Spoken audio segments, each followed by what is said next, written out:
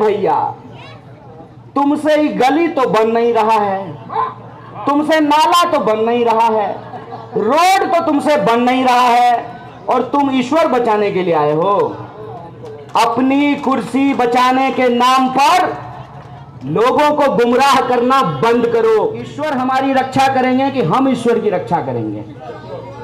बोलिए, ईश्वर हमारी करेंगे ना? हम तो ईश्वर की रक्षा नहीं करेंगे ना, ईश्वर हमारी रक्षा करेंगे ना। हमारा काम है अपने कर्म पर ध्यान देना, फल देने का काम ईश्वर का है। आजकल कुछ लोग अपना कर्म पे ध्यान नहीं दे रहे हैं और ईश्वर की रक्षा करने का दावा कर रहे हैं। तो मेरा एक सीधा सवाल है, रे भैया, तुमसे ही गली तो बन नहीं रहा है, तुमसे नाला तो बन नहीं रहा है, रोड तो तुमसे बन नहीं रहा है, और तुम ईश्वर बचाने के लिए आए हो कि 5 साल में एक बार लोग अपना हेलीकॉप्टर छोड़ करके जब आपकी गलियों का धूल फांकने के लिए आते हैं तो आप उनके चेहरे का धूल पोंछ करके कहिए, ए बाबू आए तो सही, हम तो यहीं रहते हैं। ये बताओ कि कब इस एरिया में रहने वाले लोगों को जाम से मुक्ति मिलेगी? मेरी आवाज जहां तक पहुंच रही है, करावल नगर जिले के, करावल नगर विधानसभा के, सोनिया बिहार के आप सभी, ये एक पुस्ता है ना, पहला पुस्ता है, और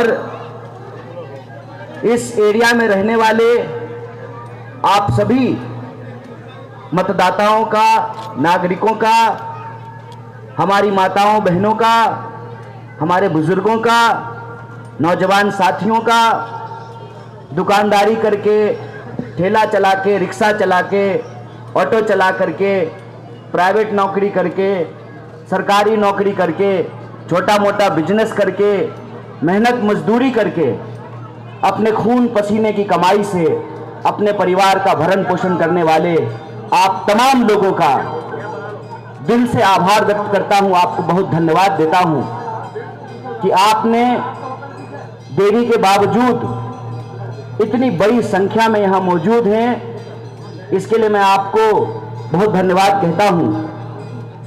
और जब मैं यहां आया हूं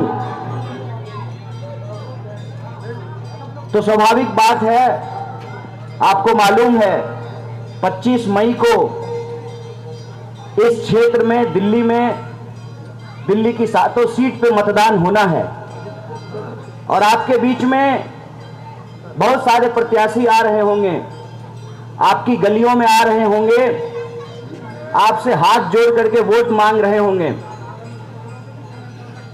मैं भी जब यहां आया हूं तो आपकी यही अपेक्षा होगी कि मैं भी आपसे वोट मांगूंगा। लेकिन मैं एक सबसे जरूरी बात कहता हूं, मैं आपसे वोट मांगने के लिए नहीं आया हूं। मैं आपके बीच सिर्फ और सिर्फ ये कहने के लिए आया हूं कि आपके बीच इससे पहले भी बहुत सारे प्रत्याशी आए, उन्होंने वोट मांगा और आपने वोट दिया।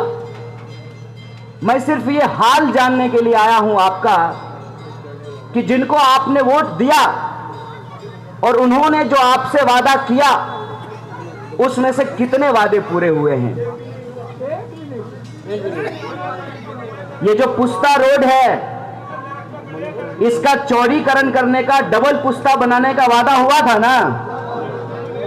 आपके एरिया में जो पानी की समस्या है कि समय पे जो है पानी की लाइन डल जाएगी, फोन करने पे जो है पानी की टैंकर आ जाएगी, ये वादा हुआ था ना। हुआ था।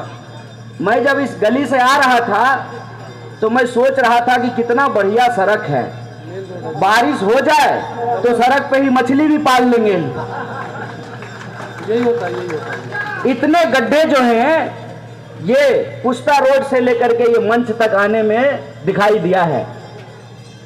आपको बस ये सोचना है और खास करके जो हमारी माताएं सुन रही हैं, माता जी, रोटी को ज्यादा देर तवा पे छोड़ देते हैं तो रोटी जल जाती है ना, वैसे ही किसी इंसान को ज्यादा देर कुर्सी पे छोड़ देते हैं तो वो अहंकारी बन जाता है, उसका अहंकार बढ़ जाता है। मैं आपसे ये कहने के लिए आया हूं कि आपके आशीर्वाद से हमने डॉक्टर की डिग्री ली है, हमने पीएचडी किया है। ये पढ़े लिखे कांस्टेबल साहब हैं। क्या साहब, डॉक्टर बनने में बहुत मेहनत लगता है ना, पीएचडी करने में। हमने आपका नमक खाया है। आज जब हम आपके बीच आए हैं तो हम सिर्फ एक संकल्प लेकर के आए हैं कि यह जो सत्ता का अहंकार है, अगर आप इस अहंकार को तोड़ना चाहते हैं तो हम आपके उम्मीदों को जोड़ने के लिए आए हैं, आपके सपनों को जोड़ने के लिए आए हैं। जो मुद्दे उत्तर पूर्वी दिल्ली के लोगों के हैं, और वो मुद्दा जो है, उस मुद्दा को समझने के लिए कोई किताब पढ़ने की जरूरत नहीं है। जो इस क्षेत्र में रहते हैं उनको मालूम है कि भजनपुरा से यहां आने में कितना जाम का सामना करना पड़ता है। जो लोग सोनिया विहार से बाहर निकलते हैं, सुबह में काम पर जाते हैं, उनको मालूम है कि उनको जाम की कितनी समस्या झेलनी पड़ती है। जो विद्यार्थी पढ़ने के लिए कॉलेज जाते हैं, स्कूल जाते हैं, उनको मालूम है कि जाम की समस्या से उनको कैसे सामना करना पड़ता है। इस एरिया में रहने वाले लोग हैं, उनको अच्छे से मालूम है कि पानी कब आता है और कब पानी नहीं आता है। इस क्षेत्र में जो रहने वाले लोग हैं, पता नहीं कब से यह बात सुन रहे हैं कि पुस्ता रोड, डबल पुस्ता रोड बन जाएगा। मैं आपसे कहना चाहता हूं कि जो आप साल भर झेलते हैं, जो आप पिछले 10 साल से झेल रहे हैं, उसको बदलने के लिए इस देश के संविधान ने आपको एक ताकत दी है, आपको एक अधिकार दिया है। वो ताकत ये है कि 5 साल में एक बार लोग अपना हेलीकॉप्टर छोड़ करके जब आपकी गलियों का धूल फांकने के लिए आते हैं, तो आप उनके चेहरे का धूल पोंछ करके कहिए, ए बाबू आए तो सही, हम तो यहीं रहते हैं। ये बताओ कि कब इस एरिया में रहने वाले लोगों को जाम से मुक्ति मिलेगी? ये बताओ कि कब यहां जो लोग जल भराव की समस्या से झेल रहे हैं, ये बगल में ही बस्ती है ना, चौहान बस्ती, चौहान पट्टी बगल में ही है ना, आपको मालूम है उस गांव को किसी ने गोद लिया था 2014 में। तो मैं आपसे पूछना चाहता हूं कि जो बच्चा गोद में था वो चलना शुरू किया है कि अभी तक गोद में ही बैठा हुआ है? ये जो परिस्थिति है, इस परिस्थिति को बदलने की ताकत आपके हाथ में है। इस परिस्थिति को आप बदल सकते हैं अगर आप इस देश की सत्ता को एक संदेश दें कि साहब 7 सीट में आपने 6 सीट बदल दिए, 6 पर कैंडिडेट बदल दिया, 7वें पर कैंडिडेट क्यों नहीं बदला?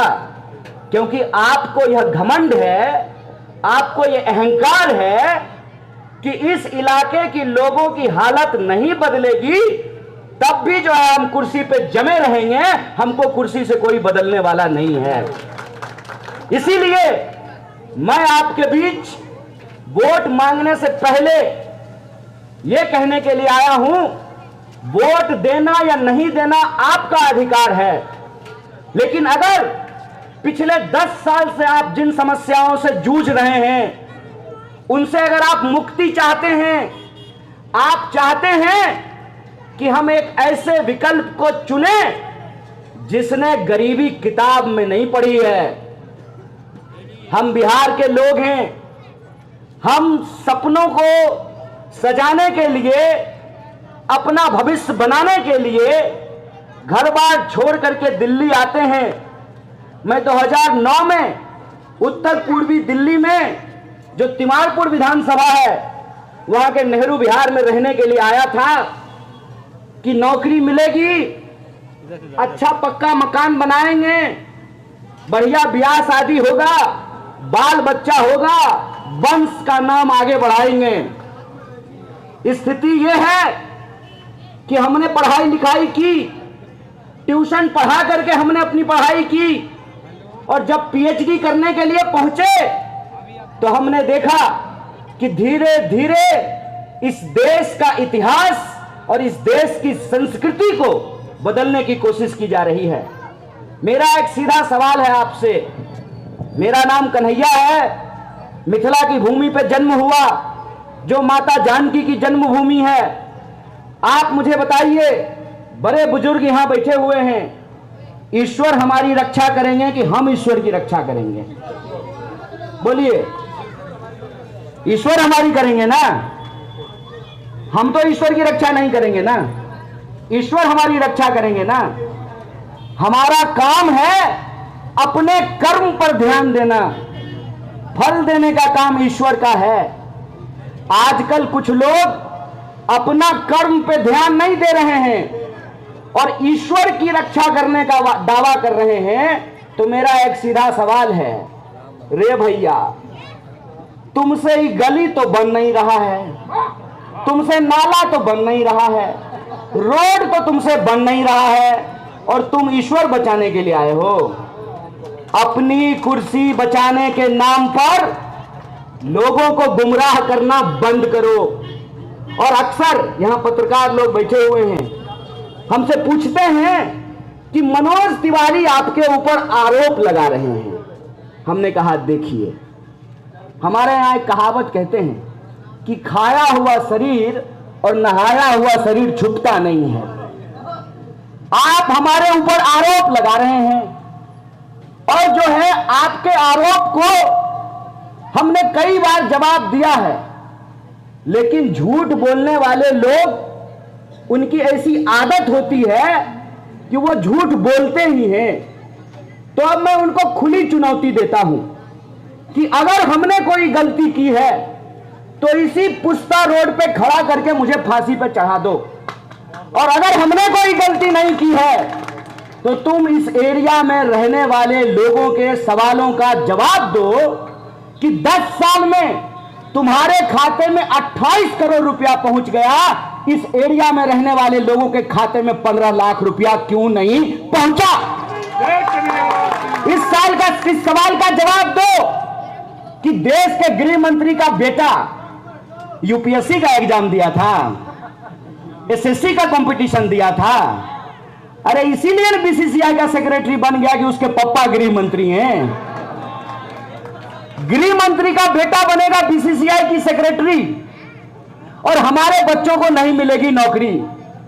आपको मैं बता दूं कि केंद्र सरकार के अधीन 30 लाख पद खाली हैं, 30 लाख, और कोई भी एग्जाम समय पे नहीं होता है। और एग्जाम जब होता है तो प्रश्न पत्र लीक हो जाता है, पैसा लेकर के नौकरी बांटते हैं।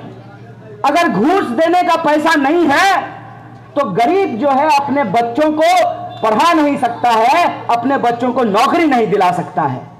और आप सब लोगों को सुन करके दुख होगा कि एक घंटे में 2 नौजवान हमारे देश में आत्महत्या कर रहे हैं। एक घंटे में 2 किसान हमारे देश में आत्महत्या कर रहे हैं, और कहते हैं कि हम तीसरी सबसे बड़ी अर्थव्यवस्था बन गए हैं। बहुत बधाई आपको, लेकिन यह बताइए कि अगर हम तीसरी सबसे बड़ी अर्थव्यवस्था बन गए हैं तो वो 80 करोड़ लोग कौन हैं जिनको लाइन में लग करके 5 किलो अनाज लेना पड़ता है? वो लोग कौन हैं? मैं कहता हूं कि नई दिल्ली में रहने वाले बड़े बड़े लोग, मेट्रो भी अब आता है इस एरिया में। एक बार मेट्रो लेकर के ई रिक्शा पकड़ करके आइए उत्तर पूर्वी दिल्ली, और देखिए यह है भारत की जनता किस हालत में रह रही है। अपने खून पसीने की कमाई से अपना परिवार चलाते हैं, फल बेचते हैं, दुकान चलाते हैं, नौकरी करते हैं, बिजनेस करते हैं। हालत यह हो गई है कि जो 400 का सिलेंडर मिलता था वो 1200 रुपए में मिलता है। बोलिए, मिल रहा है कि नहीं मिल रहा है? जो सोना 35,000 रुपए तोला मिल रहा था 73,000 रुपए तोला मिल रहा है। जो दवाई 5 रुपए में मिलती थी वो 15 रुपए में मिल रही है। जो जूता 100 रुपए में मिलता था वो 1000 रुपए में मिल रहा है। जो तेल 60 रुपए किलो मिलता था 200 रुपए किलो मिल रहा है। जो पेट्रोल 50 रुपए लीटर मिलता था 100 रुपए लीटर मिल रहा है। महंगाई इस देश के आम लोगों की जान निकाल रही है। सब कुछ महंगा होता जा रहा है। शिक्षा महंगी हो रही है, दवाई महंगा हो रहा है, इलाज महंगा हो रहा है। इसकी जिम्मेवारी कौन लेगा? हम क्यों सरकार चुनते हैं?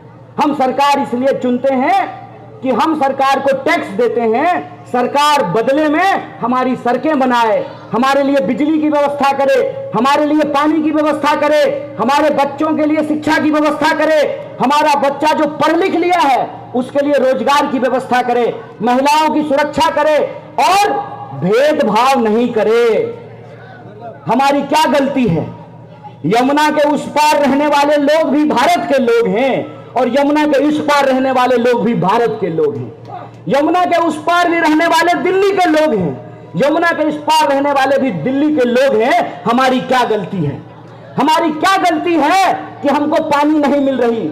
हमारी क्या गलती है कि हमको बिजली नहीं मिल रही? हमारी क्या गलती है कि हमारा गली नहीं बन रहा? हमारी क्या गलती है कि हमारा नाला नहीं बन रहा? इसकी जिम्मेवारी कौन लेगा?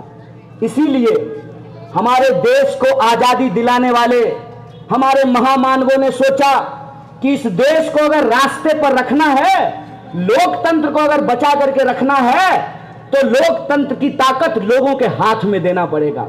और लोगों के हाथ में वो ताकत है वोट का अधिकार। और वोट का अधिकार ऐसा है, साहब इंस्पेक्टर साहब, आपका भी वोट एक और कमिश्नर का भी वोट एक होता है ना। ऑफिस में दोनों बराबर नहीं होते हैं, लेकिन आपका भी वोट एक और कमिश्नर का वोट भी एक होता है। हेलीकॉप्टर पर उड़ने वाले का भी वोट एक होता है और साइकिल पर चलने वाले का भी वोट एक होता है। फॉर्च्यूनर पर चलने वाले का भी वोट एक होता है और ई रिक्शा पर चलने वाले का भी वोट एक होता है। यह है संविधान की ताकत। इस संविधान की ताकत को हमको समझना पड़ेगा। हमको समझना पड़ेगा कि राजनीति लोगों की भलाई के लिए होनी चाहिए, चुनाव लोगों की भलाई के लिए होना चाहिए और चुनाव का मुद्दा लोगों का मुद्दा होना चाहिए। क्या है उत्तर पूर्वी दिल्ली के लोगों का मुद्दा? उत्तर पूर्वी दिल्ली का मुद्दा यह है कि आप कहीं चले जाइए, आप बुराड़ी से शुरू कीजिए, बुराड़ी जाइए, तिमारपुर जाइए, करावल नगर आइए, गोंडा जाइए, मुस्तफाबाद जाइए, सीमापुरी जाइए, सीलमपुर जाइए, रोहतास नगर जाइए, आप कहीं चले जाइए, कोई ऐसा एरिया नहीं है जहां के लोग जाम से परेशान नहीं है। कोई ऐसा एरिया नहीं है जहां के लोग पानी नहीं मिल रहा है इससे परेशान नहीं है। कोई ऐसा एरिया नहीं है जहां लोग कानून व्यवस्था की समस्याओं से परेशान नहीं है। आप बुराड़ी से शुरू कीजिए, डीडीएम मनमानी करता है, लोगों के घरों को अनऑथराइज्ड कॉलोनी बोल करके उस पर बुलडोजर चला देता है, लोगों के साथ मनमानी करता है। जो लोग माफियागिरी करते हैं इस एरिया में वो लोगों को तंग करते हैं। इसीलिए मैं आपसे कहने के लिए आया हूं, देखिए साहब, आपके सामने हम एक विकल्प बन करके खड़ा हैं। आप चाहें तो इस विकल्प को स्वीकार करें, आप चाहें तो इस विकल्प को ठुकरा दें। ये आपकी जिम्मेवारी है, ये आपको तय करना है। मैं सिर्फ आपको ये कहने के लिए आया हूं कि आपकी हालत हमने सूरत जैसी नहीं बनने दी है।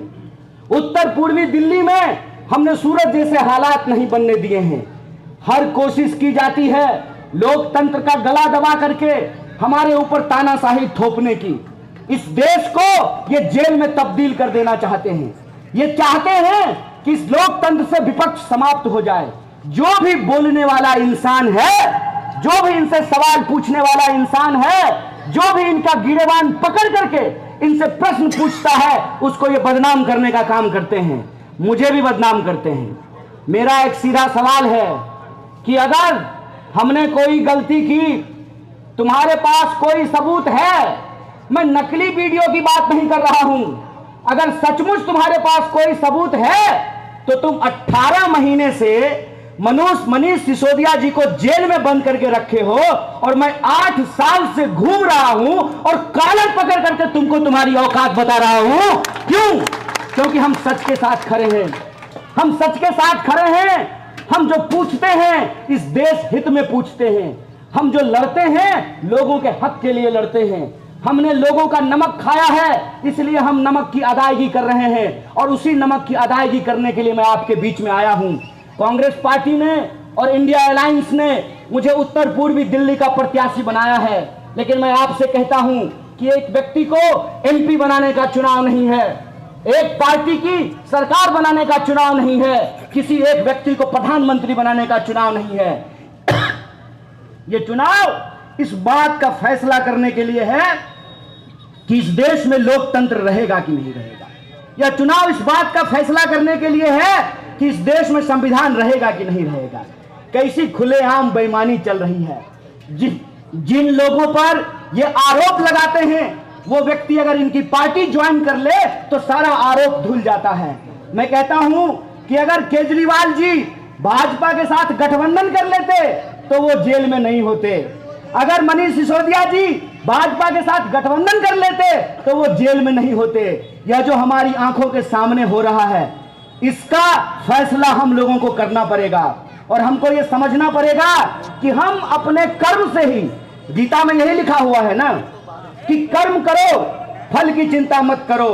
हमको अपने कर्म से ही अपने काम को सार्थक करना पड़ेगा।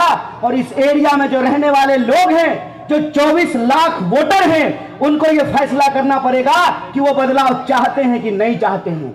अगर आप बदलाव चाहते हैं तो एक बदलाव के विकल्प के रूप में हम आपके सामने खड़े हैं।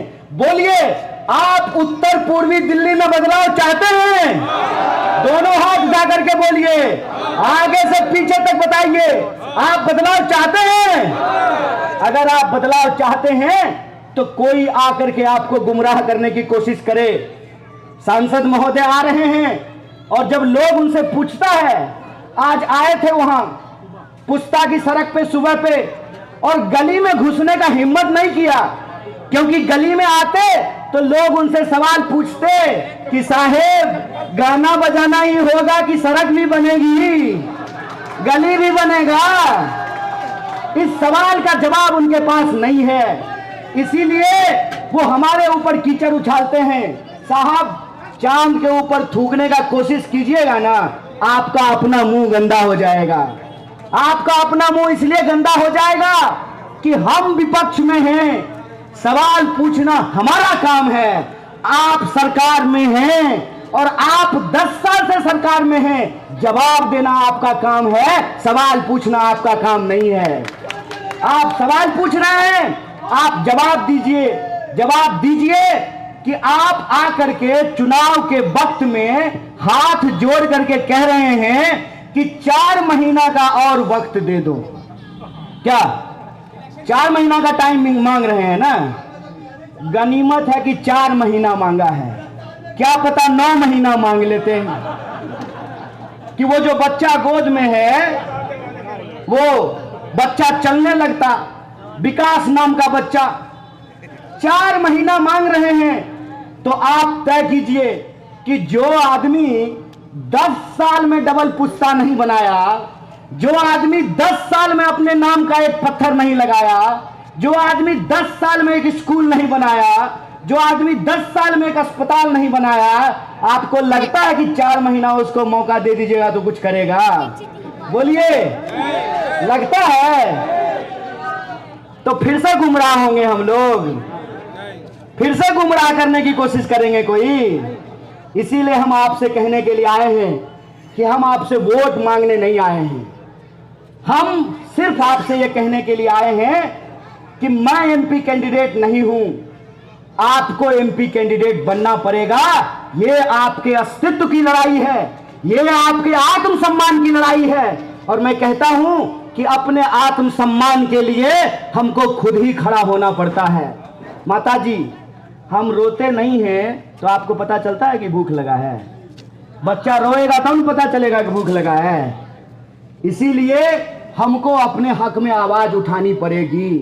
बोलिए, आप आवाज उठाने को तैयार हैं? उत्तर पूर्वी दिल्ली के लोग न्याय चाहते हैं? अगर न्याय चाहते हैं तो आप एमपी कैंडिडेट बनिए, घर घर जाइए, गली गली जाइए, लोगों से बात कीजिए और लोगों को कहिए कि 10 साल हमने किसी को मौका दिया, एक मौका किसी और को देखते हैं, काम करेगा तो ठीक, नहीं काम करेगा तो कान पकड़ करके इसको भी गद्दी से नीचे उतार देंगे। बोलिए ठीक बात कि नहीं ठीक बात? और अगर आप इसके लिए तैयार हैं तो एक बात मैं कहना चाहता हूं, जो नौजवान यहां पे सुन रहा है, सुन लो मेरे भाई, अगर आपके पास डिप्लोमा है और हमारी सरकार बनी तो हम 1 लाख की पहली नौकरी की गारंटी करते हैं। जो हमारी महिलाएं सुन रही हैं, सुन लीजिए माताएं बहनें, अगर हमारी सरकार बनी तो महालक्ष्मी योजना के तहत हर महीने आपको 1000 रुपया ऑलरेडी दिल्ली सरकार देता है ना, हर महीने 1500 देता है, 1000 हम 8500 रुपया जो है आपको देने का काम करेंगे। अगर हमारी सरकार बनी तो जो नौजवान है, जो विद्यार्थी पढ़ता है, सुनो मेरी भाई, अगर इस देश में बड़े पूंजीपतियों का कर्जा माफ हो सकता है, इन्होंने अपने दोस्त का, बड़े पूंजीपतियों का, बड़े धन्ना सेठों का 16 लाख करोड़ कर्जा माफ किया है। हम कहते हैं कि अगर इस देश में बड़े धन्ना सेठों का कर्जा माफ हो सकता है तो आपको किसानों का कर्जा भी माफ करना पड़ेगा, आपको विद्यार्थियों का कर्जा भी माफ करना पड़ेगा। जो विद्यार्थी लोन लेकर के पढ़ाई किया है उस तमाम लोन को हम जीरो करेंगे, उसका कर्जा माफ करेंगे। और कर्जा हम इसलिए माफ करेंगे कि कर्ज लेकर के बच्चा पढ़ता है, इंजीनियर बनता है, MBA करता है, लेकिन जब नौकरी ढूंढने के लिए जाता है तो उसको नौकरी नहीं मिलती है। तो हम विद्यार्थियों का कर्जा माफ करेंगे, तो हम नारी न्याय करेंगे, युवा न्याय करेंगे, किसान न्याय करेंगे, विद्यार्थियों का साथ न्याय करेंगे। और इस देश के अंदर रहने वाले जो 140 करोड़ लोग हैं, यह देश हम सबका है। यह देश जितना धनवानों का है उतना ही गरीबों का है। और चप्पल पहनने वाला गरीब का एक बच्चा आपसे वादा करता है कि हम अपना हक लेकर के रहेंगे। आप हमारी आवाज को ताकत दीजिए, संसद में आपकी आवाज गूंजेगी, संसद में आपकी मांग गूंजेगी और आपके हक और अधिकार के लिए अपने खून के आखिरी बूंद तक संघर्ष करेंगे। इसी आशा और उम्मीद के साथ कि इस बार आप बदलाव के पक्ष में काम करेंगे और उत्तर पूर्वी दिल्ली में बदलाव होकर के रहेगा। बोलिए बदलाव होगा, परिवर्तन होगा। तो इस बार 25 मई को आप परिवर्तन कीजिए। और परिवर्तन का जो चिन्ह है, चिन्ह के बारे में एक बात आपको बता देते हैं कि दिल्ली में आम आदमी पार्टी और कांग्रेस पार्टी का गठजोड़ हुआ है। और इस गठजोड़ में दिल्ली की जो 7 सीट है, 4 सीट पे आम आदमी पार्टी लड़ रही है, झाड़ू वाले लड़ रहे हैं, और 3 सीट पे कांग्रेस पार्टी लड़ रही है, हाथ का पंजा वाला पार्टी लड़ रहा है। इसीलिए आपके यहां वो बदलाव का चिन्ह हाथ का छाप है और वो छाप 2 नंबर पे है। आप उत्सव की तरह तैयार होकर के अपने घरों से निकलिए और परिवर्तन के उस बटन को दबाइए और उत्तर पूर्वी दिल्ली में बदलाव लेकर के आइए। इन्हीं शब्दों के साथ मैं अपनी बात को समाप्त करूंगा। बहुत बहुत धन्यवाद।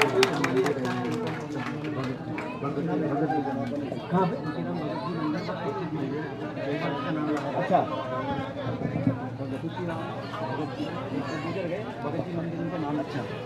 अभी हमारे साथियों ने बताया कि कुशीराम भगत जी के यहाँ मशहूर मंदिर है, तो इस मंच से मैं भगत जी की जय कहता हूँ, कुशीराम मंदिर की भगत जी की जय कहता हूँ। और यहाँ से जाते हुए आप लोगों के आग्रह पे उनसे हम आशीर्वाद लेते हुए जाएंगे। और मुझे पूरा भरोसा है कि आपका आशीर्वाद भी मिलेगा और तानाशाही के खिलाफ आप लोग वोट करेंगे और देश को जो जेल में बदलने की इनकी साजिश है, इस साजिश को आप नाकाम करेंगे। बहुत बहुत धन्यवाद, बहुत बहुत शुक्रिया।